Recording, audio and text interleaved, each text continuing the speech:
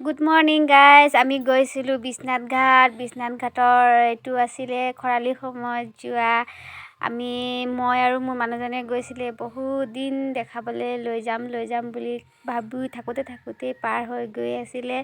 তথাপি সেইদিনাখন কিবা আছিলে, এইডোখৰ আমি সোমাই যাওঁতে এইখিনি জেগা আছিলে। সোমাই গৈ ইফালে পাৰ হ'লে নাও দি পাৰ হৈ যাব পৰা যায়। ৰিজৰ্ট ভিউক চা না, ইমান ধুনীয়া। তলত মানুহবোৰে কিবা কিবি কাম কৰি আছে। মই দিছোঁ হাই। 32টা দাঁতখিনি উলিয়াই দিছোঁ। আপোনালোকেও চাওক মোৰ দাঁতখিনি লেতেৰা নে চফা। ৱাও, কি মজা লাগিছে চাওকচোন। এইকণতে আছে বৰলা শিল। নাওটো বেয়া হৈ গৈছে। এইপিনে ছোৱালী কেইজনীমানে ৰিলচ বনাই আছে। মই তলফালে গ'লোঁ, পানী অকণ লৈ পেলাই ছটিয়াই দিম গালে তোমালে বুলি ক'লোঁ। দিলে এক গালি। তাৰপৰা কি কৰিমনো, আহি গ'লোঁ। পাৰ হ'বলৈ ইমান মানুহবোৰে আমাক কৈছে বোলে সিপাৰে পাৰ হ'ব, কিন্তু আমি নগ'লোঁ। পিছত তেৰেমেৰে এটা কিনিলোঁ, খাই গৈ আছোঁ বৰলা শিলৰ ওচৰত। বৰলা শিলৰ আপোনালোককো দেখাই দিম। বৰলা শিল কেলেনো নাম পাইছে নেজানো, কিন্তু বৰলা শিলটো আছে। মানুহে কয় কি সেইটো ডুবিলে বোলে গোটেই আমাৰ বিশ্বনাথ চাৰিআলি মানুহবোৰ গোটেই ডুবিব বুলি কয়। মানুহবোৰে দোকান দি পেলাই বহি আছে। কোনোবাই মাছ ধৰিছে, কোনোবাই খৰি কাটিছে, কোনোবাই সেই নাৱেৰে শিলগুটিবোৰ সিপাৰে দি আছে, কামত ব্যস্ত। এইপিনে আকৌ খেতি কৰিবৰ কাৰণে কঠীয়া সিঁচিছে, কঠীয়া ডাঙৰ হৈছেই। এইবিলাক বহিবলৈ জেগা থোৱা আছে। আমি আহি পাই গ'ল সেইটো বৰলা শিল। ডাঙৰকৈ দেখিছে, সেইটোৱে বৰলা শিল। এইয়া আমি তললৈ গৈ আছোঁ। মোৰ চিপছটো শেষ হোৱা নাই। জাপ মাৰি পখিলাৰ নিচিনা গৈ আছোঁ, ফৰিঙৰ নিচিনা। মানুহজনীতো তেনেই ফৰিঙৰ লিখিয়াই, হ'লেও গৈ আছোঁ জঁপিয়াই ওপৰত উঠিবলৈ চেষ্টা চলাম মই এতিয়া। বৰলা শিলৰ পৰা কেনেকৈ জাপ মাৰি গুচি গ'লোঁ, ফৰিংটো টাইপৰ।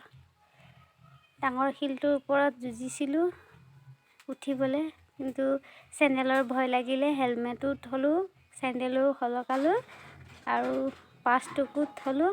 এতিয়া ওপৰত জাপ দিবলৈ জাপ দি দিলোঁ আৰু তাৰ ওপৰত যাম বুলি ভাবিছিলোঁ, কিন্তু মই চেষ্টা চলাইছিলোঁ, নোৱাৰিলোঁ। তাৰ মানুহজনক ক'লোঁ তুমিও আহা, মোক টানি পেলাই লৈ যাবা, তাৰপৰা তুমিও উঠিব পাৰিবা, ময়ো উঠিব পাৰিম। মানুহজনে আহি হেলমেটটো থ'লে এইকণতে, থৈ আমি দুটাই উঠিলোঁ বৰলা শিলৰ ওপৰৰ পৰা গৈ বৰলা শিলৰ পৰা ঘূৰি আহি ইয়াতে মন্দিৰ এটাত গৈছোঁ। আমি মন্দিৰৰ ভিতৰত সোমোৱা নাই, ঠাণ্ডা আছিলে। জেকেট লৈ গৈছিলোঁ, কাপোৰ চাপোৰ টোপোলা লৈ মই ঘূৰি ফুৰি আছোঁ। মন্দিৰটো এইকাৰণেই নোসোমালোঁ, আমি গৈছিলোঁ 3টামান বজাত। আমি গ'লোঁ খৰধৰকৈ আৰু জাষ্ট কিবাবোৰ চালোঁ, আহি গ'লোঁ। এই খুৰী এজনীয়ে নিমপাত নে কিবা ছাগলীৰ কাৰণে পাৰি দি আছে। সেইফালে আমি সোমাই গ'লোঁ। গেটটো খুলিলোঁ, গেটটো কিন্তু ধুনীয়া। সোমাই গৈ ভিতৰত এয়া দৃশ্যটো দেখোঁতে কিবা শিৱসাগৰৰ ৰংঘৰ কাৰেংঘৰ টাইপৰ কালাৰটো একেই হৈ গৈছে, কিন্তু নহয়। গাঁৱৰে তাহাঁতৰ একেবাৰে আন্ধাৰ, ভিতৰত চাকি গছ জ্বলাই থোৱা আছে। আৰু মই ছাইডত পিন্ধি আছিলোঁ কাপোৰ ঠাণ্ডাৰ কাৰণে। স্কুটি চলাব লাগিব বুলি পেলাই ঠাণ্ডাত পূৰা কাপোৰ চাপোৰ পিন্ধি পেকিং হৈ আকৌ অকণমান ভিডিঅ' বনাই লৈ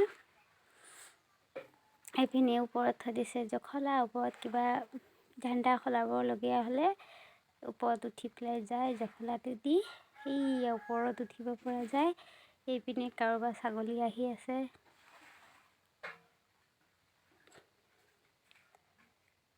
ঘূৰি এইপিনে আছোঁ, এইপিনে মই আছোঁ। চুকটোত মই আছিলোঁ। ইয়াত আছে গণেশ মন্দিৰ। এইপিনে মই ওলাই গ'লোঁ, ঠাণ্ডাৰ সেগুন বৈ গৈ আছে। কি ক'ব, দুখৰ কথা। এয়া আমি ওলাই আহিলোঁ।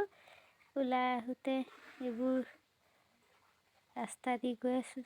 ৰাস্তা একদম ক্লিয়াৰ, অকণো খাল বাম নাই। মেইন ৰাস্তা দি একদম ধাই ধাই গৈ আছোঁ। কিমান ভাল লাগিছে নহয়নে? আপোনালোকেও এবাৰ আহি পেলাই চাই যাবচোন, ভালেই লাগিব। আমাক ভাল লাগিলে, আপোনালোকক কেনে লাগে মই নাজানো, তথাপিতো মই কৈছোঁ ভালেই লাগিব। মোৰ অভিজ্ঞতাৰে মই কৈছোঁ ভালেই লাগিব। সিপাৰে পাৰ হ'লে ৰিজৰ্ট আছে, তাতে ৰেষ্টুৰেণ্টছো আছে, থাকি খোৱা বোৱাৰ ব্যৱস্থা চবেই আছে। আমি নগ'লোঁ। ইমানতে আমাৰ ভিডিঅ'টো আজিৰ কাৰণে বাই বাই, টাটা। নেক্সট ভিডিঅ'ত লগ পাম।